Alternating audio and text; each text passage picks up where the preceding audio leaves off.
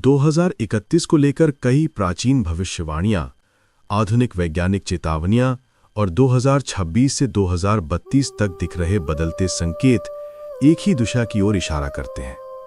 मानवता एक ऐसे खतरे के करीब पहुंच रही है जिसे अभी दुनिया समझ भी नहीं पा रही।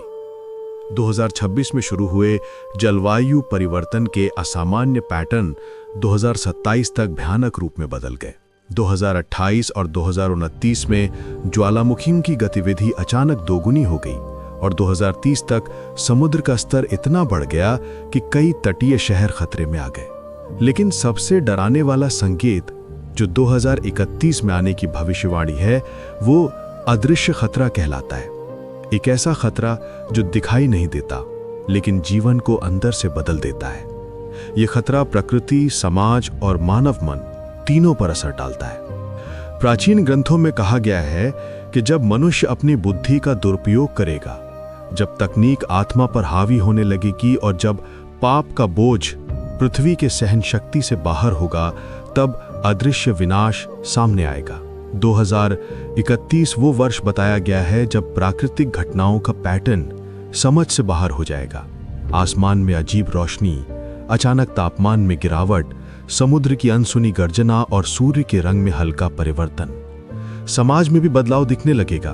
तनाव, भय, क्रोध, अधर्म और मानसिक अस्थिरता चरम पर पहुंच जाएगी। कई भविष्यवक्ताओं ने कहा है कि 2031 से 2032 मानव मन की परीक्षा का समय है, जहां बाहर की दुनिया से ज्यादा मनुष्य अपने अंदर के भय, पाप और नकारात्मकता से लड़ रहा होगा। दुनिया की शक्तियां, सरकारें, वैज्ञानिक और नेता समाधान ढूंढेंगे, लेकिन असली शक्ति इंसान के भीतर होगी।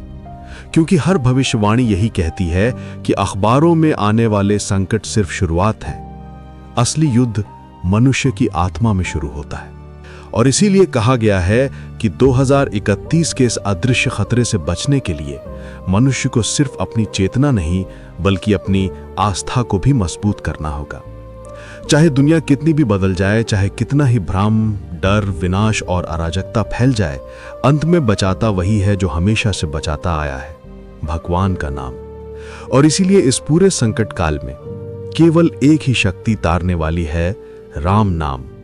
क्योंकि सत्य यही है कि अब मनुष्य को केवल राम नाम का ही सहारा है और वही आपको इस अदृश्य संकट से पार लगा सकता है। नमस्कार।